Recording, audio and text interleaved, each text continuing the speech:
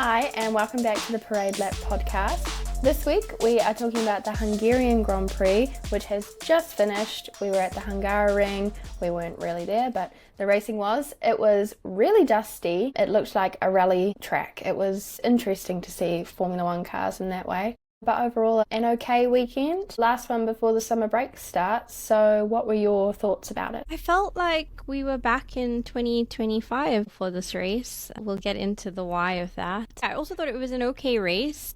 While I was watching it, I didn't feel it was that exciting. But then when I was thinking back about things to put down for us chatting, there seemed to be quite a few points. I think it's because we had teams bringing upgrades, and that meant that had an impact on the race.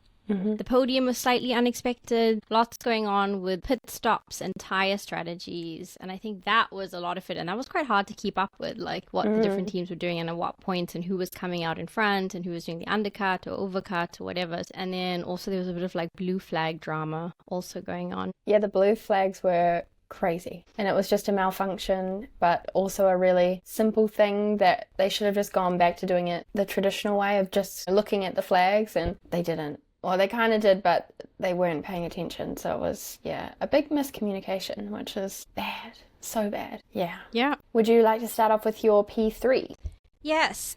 My P3 is Lewis, penalty, Hamilton at this stage. Nice. And he can't catch a break. Like, I feel for him, but then obviously there are penalties and are valid with what's been happening. But it just feels like he's literally had 5-second penalties for the last 3 races back to back happening to him, and some other things happening in there too. But he was consistently getting these penalties. I think here it was particularly painful because free practice 1 and 2, Ferrari were looking so strong, and there were all these memes about the hopium. Ferrari fans getting excited about this. I was getting excited about this.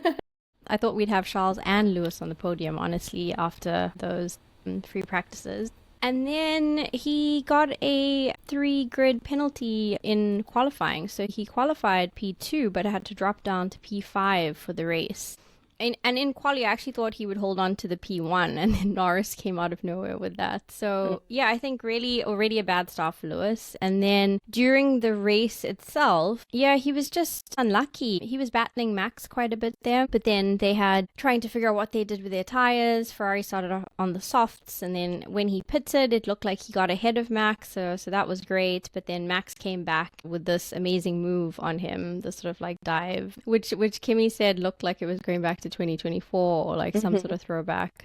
But Max managed to get ahead, and I think that was quite a key move that happened. But then again, with the strategies and with the pit stops and all of those things, Lewis managed at some point towards the end to put himself in a position where he was running second in that race, and so he was ahead of Verstappen. But there was a VSC that came out, and then Ferrari put him into the pits with Lando, and that, I think, cost him the podium because he ended up not being able to really catch up with Kimi and Max. And because of doing that, changing his tires and going into pit when the VSC came out, he got a 5-second penalty for speeding in the pit lane. And it was as he was exiting, I think, where he was trying to... I don't know if it was at the exit confirmed. I didn't go back and check, but I'm assuming it was because that's where he was trying to come out ahead of Kimi. That's what the replay was. Yeah. Yeah, and Kimi got over the line first. I didn't realize that's what they were disputing at the time. I thought it was about track position. Yeah, because he gave it back to Kimi. I mean, there was all sorts of things happening there. But then in the end, it doesn't matter about all of those other things. Lewis ended up with another penalty, and he finished this race P5, which is really sad because he should have been on the podium, I think. He had the car had the pace, and he didn't convert it, and he got more penalties. And he sounded terrible this whole weekend, just in terms of being really frustrated, like very down, very dejected about all of this. He sounded confused every time I heard him talking. Yeah, it was like just trying to understand what went wrong. Yeah, and what's happening. So ultimately what it means is that he's still number 2 in the Drivers' Championship, but we've got a 50-point lead with Kimi. And if he wants to close that, he's going to have to figure out what he does there. He did blame himself. I watched a few of the interviews afterwards, and he did say it's him. They've given him the car, and in the last races, he's had mistakes that he's made, which has cost him. Yeah, I think a big part of Lewis getting penalties must be miscommunication from the team. But then on the other hand, he is also making the mistakes, so he does deserve a penalty, no matter who he is. And he's obviously very good. Penalties are there to impact the race because someone has gained an advantage. Yeah, but a big part must be that Ferrari, they're not doing the strategy properly around him to like know what he can do and where it would work. Like so many times we see him going in and he's like, why are we doing this? Why are we pitting? Why are we getting these tires? I wanted these. And they're like magnets repelling each other. That's what it seems like. And you'd think he'd be a bit more settled there. Maybe we don't know what it's like behind closed doors, but it's hard to watch because, yeah, in free practice, he was looking good and so was Charles. Yeah, I think that's a really good point that you made because I was also reflecting, especially in this race, with the communication coming to like Lando, his race engineer, so Will, even Oscar with his engineer, and then Max with GP, and Kimi with Bono, obviously, Lewis's old one. The level of communication and how much of detail was given, them moving almost like ahead and then checking in with their drivers already, like how your tire's feeling, what's going on, we're on this plan or whatever. And then giving them more information about what's been happening with the other drivers. And it's very complete and it's a decent amount of information that they've been given so that they have the context to know how to operate. Whereas Ferrari's one feels almost a little bit more reactive than proactive. And then when it is given, it's almost like you won't be able to understand completely what it means. You'll have to ask follow-up questions. And I think that's bad race communication. If a driver needs to ask follow-up questions to understand what was actually said, it needs to be concise enough, but detailed enough that they actually get all of it. And he's not getting that at Ferrari. No, and it needs to be relevant information as well. I wonder if a big part of it is maybe just the trust. Like if you think of the trust between Max and GP, Lando and Will, like we hear them so much and they sort of have they're very direct in what they're the information they're relaying. But you can also tell that their personalities are involved, that they really understand each other. And maybe Lewis just hasn't clicked with his engineer. Maybe. He did swap his engineer though, didn't he? Maybe at a certain point, if you've already gotten rid of the first one, then like if you're having the same problem with the next one, maybe you can't say, hey, this isn't working either, because at a certain point, am I the problem? But maybe it's just a trust thing, that maybe they don't talk enough outside of the meetings that they have to, and so there's no sort of back and forth. And another thing might be that Lewis was with Bono for so long, and Bono's obviously very good at his job, and he's doing very well with Kimi as well. That's like a long-term relationship. And maybe Lewis just isn't ready for that commitment of a new relationship with his current engineer. Like maybe it is, because Lewis is very emotional, isn't he? Maybe he's just he hasn't connected emotionally with his guy. Yeah, that's my theory. I think it's a good theory. Yeah. I think so much of this, is related to all of those things. There's so many dynamics at place with the racing also and things behind the scenes.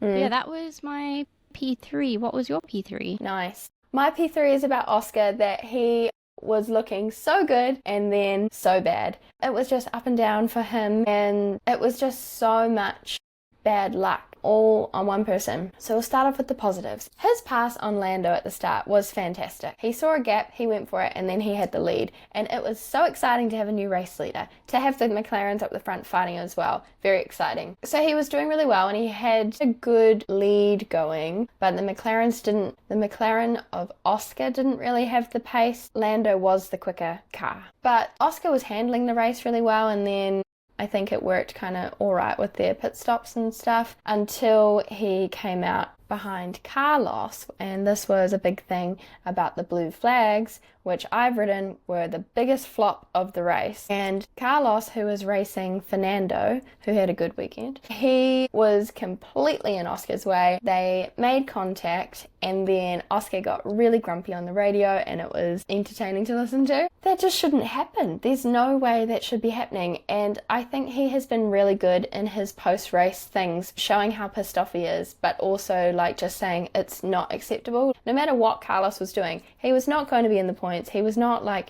doing anything really meaningful there. Like it wasn't any advantage for Carlos to race Oscar. And surely he must have known that the McLaren wasn't someone in just the normal traffic that Carlos would be battling during the race. So that just sucked. It just really, really sucked. And then I thought about it a bit more, and Oscar's bad luck, which everyone forgot about during the opening laps of the race. Like, just keep that in mind, because it was like, Oscar's going to win, he's away, yay. But in qualifying, the same thing happened. So how you mentioned that Lewis got a penalty. Lewis really did deserve that penalty, because it was bad for Oscar. It was so bad. I don't know what lap time he was on the way to deliver. Lando had obviously done the fastest one, so the car was having a good weekend around the circuit. But then Lewis got in Oscar's way. So it was just blow after blow for Oscar, I think. It's just really disappointing he had to retire, because otherwise it would have been a highlight of the season for him, especially going into summer break. But instead it was just a real downer,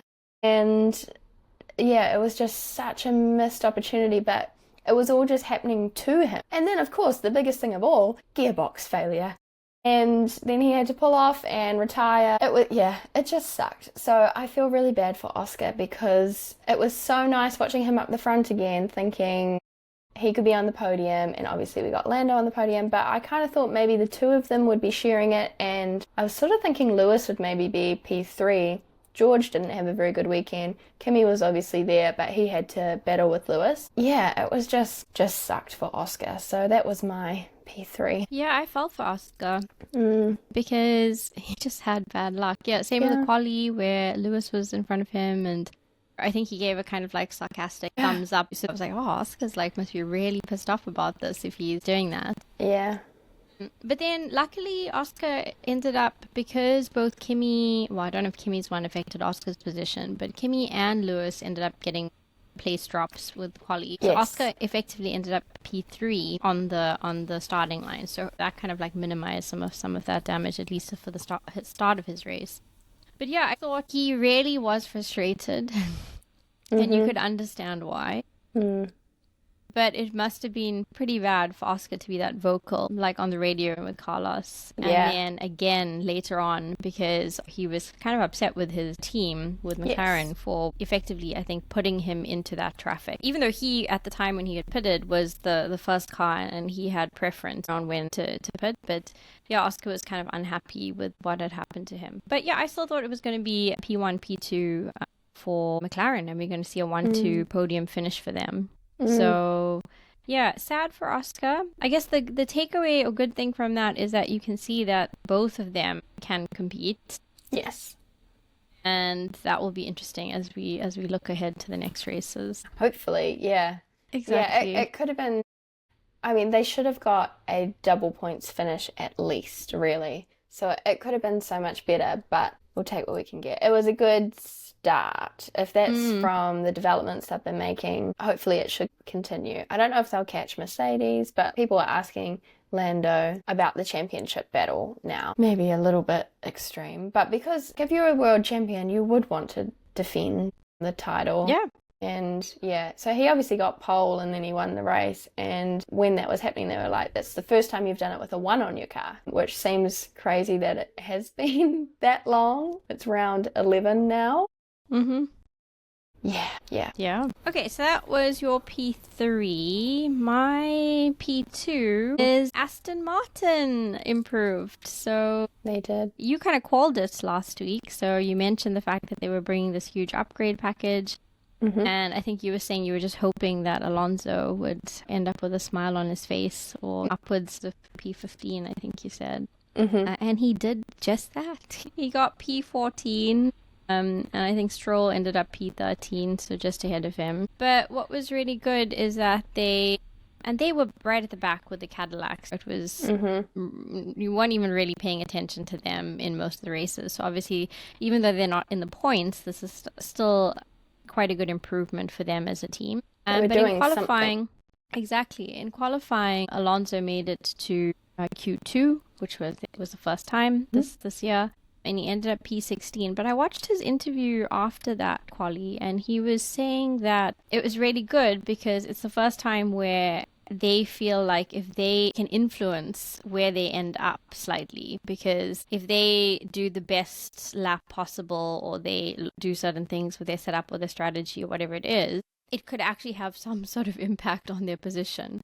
Whereas what they were feeling previously is that they could be doing anything and everything and they're still going to be right at the back. So it was almost like nothing is making a change. And so he said that I think when he puts his helmet on, he was actually feeling that adrenaline rush of knowing that he's going out there to do something.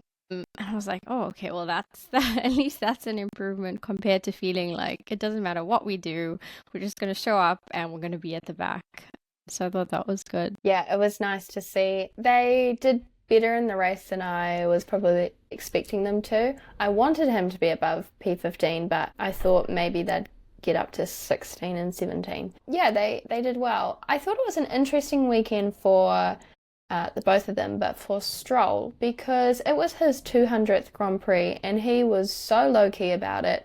Maybe I just didn't see like how Aston celebrated that for him. But I saw what Williams did for Alex Albon, who had his 100th one, which is cool. That's a big milestone. But then I saw like, it must have been F1 who posted it. They said, yeah, it's 200 for Lance. He's been around for a really long time and he gets so much hate that he's like the worst one on the grid, but he is good. And if he's been there for 200 races, that's a long time. So it's quite nice to see him be able to drive a car that is capable of getting to Q2. He didn't actually get through that far in qualifying, but Alonso did. So maybe it's just a matter of time before Lance can start seeing some results as well. I think a lot would need to happen for them to finish in the points, but it's not impossible because reliability is still such a big thing. And yeah, just the races are unpredictable. So it was nice to see. I was excited for them. Yeah, I know what you mean about, I saw the stuff for Williams that they did for Alex, and they had him watch through videos that they collected of people who congratulated him, and even Max was on there saying well done Max, to nice. Alex.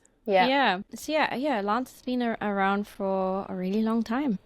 So it'd be interesting to see, I guess, going forward, what they can do with a car that maybe is slightly better and how they stack up against the rest of the midfield throughout the season. But yeah, that was my P2. What was your P2? My P2, I have written through goes Verstappen because his double overtake was awesome. He did an overtake on Lewis and Liam. I think they must have been battling, and then Max just flew past both of them in one go. Just beautiful. It was just like a really nice reminder of, yeah, that's who he is. And like you said, it seemed like it was 2025, this race. But even more than that, just watching Max and Lewis battle it out. You're going back to 2021. Yeah, so it was just cool. And I'm surprised that it didn't get as much attention as it probably could have. I don't know what position they were fighting for at that point, but it was really cool. So I'd imagine we'd see some more videos and stuff about it following the race. But it was also the second double overtake. This isn't really a good stat.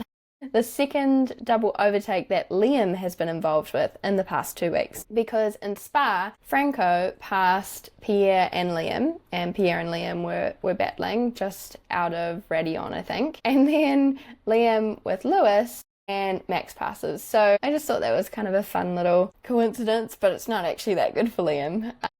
But it means he's battling these good drivers, and it's cool to see.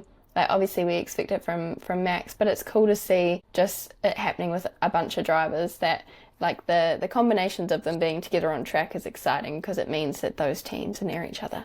Yeah, so that was my P2. Yeah, it was a great one. I remember as I saw Lewis coming out of the pits, it was really close whether it was going to be him in front or Max, and he managed to get in front, and I was like, oh yeah, go Lewis, like now, like get ahead.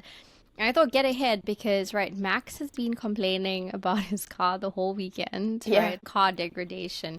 He was unhappy with it even on the radio in that beginning stint. Even though he was running on the podium, he was still unhappy with it and on the radio complaining about things and all of this. And so it was, and even Lewis at some point said Max is really slow, but he wasn't getting past him, but he was saying Max is really slow. I know, he said that. And I was thinking, well, if he's really slow, like get past him, Just pass him then. Exactly, because he put up such a good defense, obviously, while the McLarens were running ahead. So it's sort of like Max shielding the McLarens, like somehow keeping the Ferraris behind. And so Lewis was finally ahead, and it's just a credit to Max because I wasn't expecting him to do that. It almost like maybe Lewis had also just got into this sense of just like not relaxing, but just like not expecting him to do that. And then that's classic Max, where you don't expect it, and he still is going for it. And he did say in the cool down room too, that was his only chance. Like he knew that was it, like now or never. And so he did it. So I thought that was great. I did think the really interesting thing about Max is he finished the race P2, right? Which I think is maybe his equal best for the season, getting into P2. Yep, it would be. And he was so unhappy with the car. Like, honestly, how much he was complaining about it, how unhappy he was about it, everything, how tough it was to drive. And he managed to get it to P2. And it wasn't the fastest car. I think they mentioned that it was probably like the fourth fastest car on the grid. And somehow he still managed to get it there. And even he was kind of surprised in the end with the interviews and stuff, saying, I don't know. I think in one of the ones he said, the press conference, he said it was sort of overperformance. It was almost overperformance that they've had. So even though at P2 he's still really holding the team and the car to his standard, which is it doesn't matter if I'm P2, this isn't up to scratch and it's not the type of car that I want to drive. So yeah, I think just interesting also to see what happens with Max and Red Bull in that car. Yeah, it was just fun to watch, wasn't it? And a side note, I think this has been the best cool down room there has been so far this season. They were so chatty. Lando was a great like in between, and then Max and Kimi obviously have a good dynamic, and Lando and Max do as well. They were just so chatty. And yeah, because Lando was joking, he was like, did you mean to do that? And Max was like, yeah. And he was like, okay. Yeah, and then they were talking about the blue flags. That was funny. And Lando said to Kimi, yeah, you should have gotten a blue flag so I could get past you. And just, like, it was just fun. And it was them properly debriefing. Like, you really did feel like you were hearing something you weren't, like, information you weren't privy to. So I really liked it. It was a fun one. So I was very happy with how the podium did end up in the end. Yeah. Nice. So that's your P2, and so we'll do my P1, and my P1 relates a little bit, I think, to your P3, and I said that Papaya Rules are back, or it looks like they're back, because, like I said, I felt like we were in 2025, also because at some point we were running Lando Oscar, or Oscar Lando, and then Max in P3, so that really felt even more like last year. But like you said, Oscar took the lead from Lando on lap 1, which was a really great move by him and getting in there, especially because he was running P3, so he managed to move up to P1. But then Lando started catching him, and Lando came on the team radio and basically said, I'm faster. And then also Lando wanted to pit. And what happened is the people actually ran out. Like they cut to the pit crew who looked like they ran out, and then they went back. And then Will came on the radio and said, Lando, I'm sorry, but we can't do that. And so obviously it was because Oscar was still the first car. He had preference on pitting first, and Lando couldn't just go in and pit. And so that sort of put Lando, he was quite irritated with that. At some point, I don't know when it was in the race, he came on and said he was just going to build up a gap anyway, like out ahead, and effectively show them that he was faster. And then, yeah, we had all the stuff happen with Oscar, Carlos, his radio messages to the team where he was like, don't talk to me effectively because of how they'd handled things. And Lando ended up winning. We didn't get to necessarily see what would have happened if Oscar continued there, and what racing, if any, would have happened with Lando and Oscar, because Oscar obviously had the gearbox issues. But yeah, it just reminded me a little bit of Papaya Rules.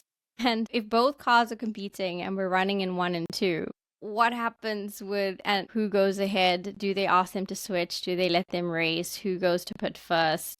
One person's going to be unhappy. I think Will had to come on the radio also and say to Lando, you've clearly proved that you have the pace and you are ahead. Basically, bring it back. Like, don't be pushing so hard, because he was doing that. Yeah, no more of that. So, yeah, I thought that was interesting. Obviously means that the upgrades have worked, and in a way it's great that Papaya Rules is back, because it means that they are at the front and have these things to now think about with their two drivers. So it'll be interesting to see if we see more of it play out after the summer break. Yes, this was also my P1. I wrote that McLaren is back. Last episode, we talked about McLaren is coming back. Like, are they coming back? It was more of a question. I wrote it as a statement this time that they are. But obviously because Oscar didn't have a good race result, we sort of saw maybe the negative aspects of McLaren being back. Fantastic that they looked competitive.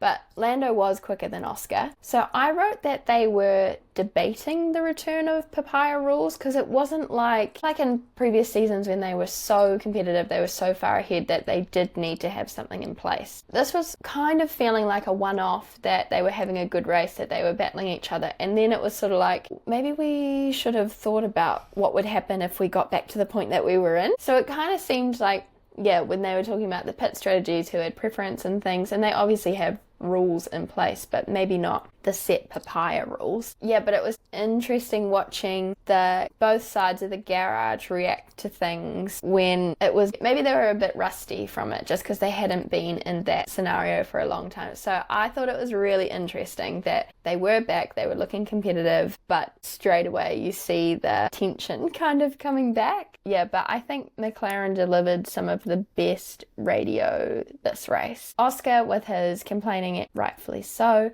his complaining, gold. That was fantastic. But when Lando got told off, it was a proper telling off. It was no more snapping in turn 4 and 8. No more of that. Just imagine being told that while you're driving so fast, and then you'd feel like a little kid being told off, like, okay.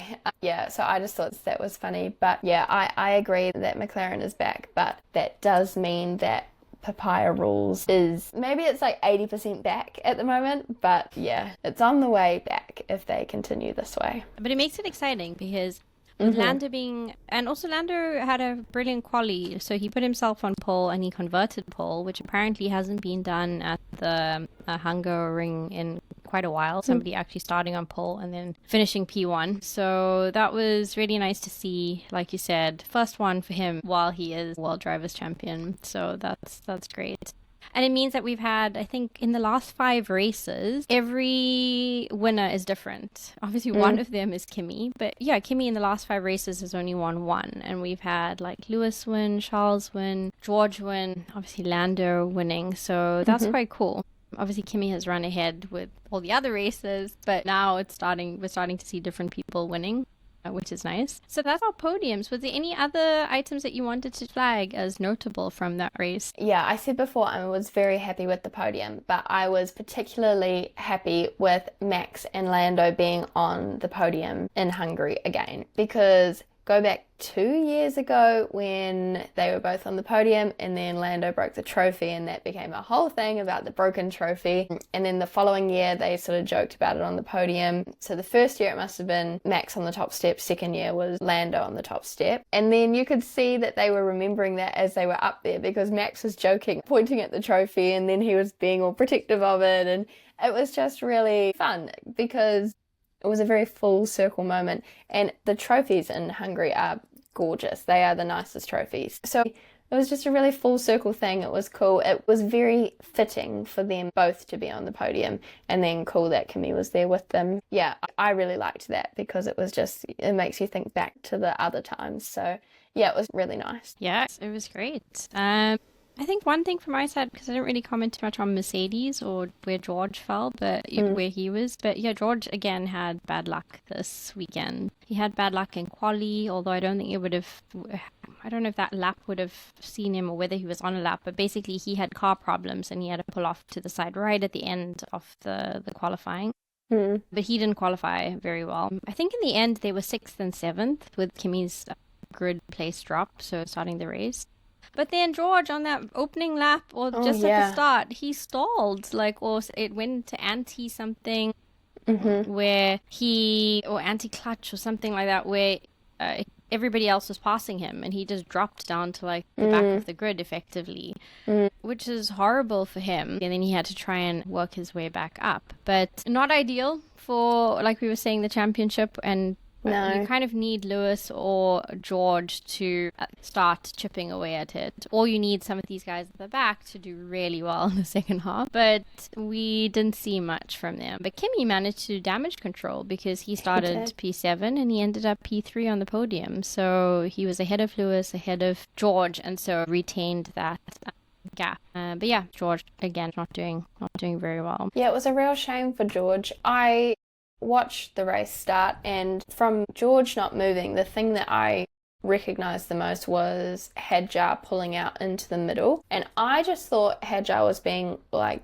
doing a really bold move, that he was just going in the middle of the pack, and because they all have their preference of where they go at the start, and then they all kind of fall into line. But I didn't realize that was him avoiding crashing into George. So then after, when it was mentioned that George was down the bottom, and then I was scanning down the thing, I was like, oh my god, he's in P12 or something, or maybe even further than that, but not where you'd expect to see Russell. Yeah, so just a bad start, because otherwise I think he would have been able to do the same as Kimi in terms of having a good recovery race. So it's a shame, and yeah, a shame for the points as well, but that's just the nature of it, right? That's just what's going to happen. So yeah, a shame for George. But it was also really nice to be able to talk about some other teams for a change. For the sake of the season, Mercedes do need to have a few off weekends like this to keep things entertaining. So let's go to meme of the week. Nice. The Avengers Infinity War thing, collecting them like Infinity Stones. So this is basically Lewis collecting penalties. Oh, that's good. Like the stones on the thing, and they're all named like speeding in the pit lane, impeding, causing a collision, not slowing for yellows, jump start, all these different types of penalties also, because they're not all the same. So he's just been collecting them these last few races. I did think that when he got the speeding in the pit lane one, it was like, wow, that's a new one. A different one, exactly. Yeah. Oh, that's a good one. I like that. My one is about Alonso and his qualifying, and it was the guy celebrating on the podium, and it's down in P16, Alonso just going absolutely crazy. Alonso and his fans after qualifying P16. Fantastic. We love to see it. So yeah, as soon as I saw that, I was like, that is the one. Yeah, I saw those. It was sort of like, Lando getting pole, but then it was like Alonso actually getting P16 and people being super, super excited about that one. Yeah. So yeah, that's a good one. Well, next up, actually we've got a long break now, because I think it's like 4 weeks until the next race, effectively. Yeah. Which is on like the 21st and 23rd of August, and that's going to be the Dutch GP. So, any thoughts on what we're going to see happen there? One of my favourite ones. I'm thinking of getting tickets to it to go. I love the Dutch Grand Prix, and it's the last Dutch Grand Prix, so it should be quite a finale. It's going to be a sprint weekend, which I think will be interesting at Zandvoort, because it's such a cool track. The weather is sometimes quite a factor. Remember there was one race and it was sunny, pouring down, drizzling, and it was all over the show. So that might be entertaining. I would like to see Max do well in front of his home crowd. Kind of just a similar mixed result like we had today. Although today's race was kind of a little bit boring overall. The mix of the different teams and drivers battling each other was good, so hopefully something like that happens in Zandvoort again. But yeah, it'll be good, and it's nice to have a break for a little while, to have the summer break for the next few weeks. So I'm looking forward to Zandvoort, but I'm also looking forward to enjoying the summer break. What about you? Yeah, agreed. I think, are we going to see an Oscar win? Is he gonna, if McLaren really is back and they're able to keep their car in the front, I think Oscar got almost like a taste of it, and he was leading the race, and I'm sure that he wants that again. Yeah. So I wonder if we'll end up seeing that. Or could it be the first time this season we have a Max win at his own home race? Yeah, he's complaining about the car, but he's still doing really well with it. So I wouldn't put it past Max to be having a bad time with it, but still somehow end up getting P1 at the Dutch Grand Prix. So yeah, let's see what happens. Nice. I'd like to see that happen. Yeah, cool. Well, that is the first half of the season done and dusted. Looking forward to the next half after the summer break, but we will see you at the next one. See you at the next one.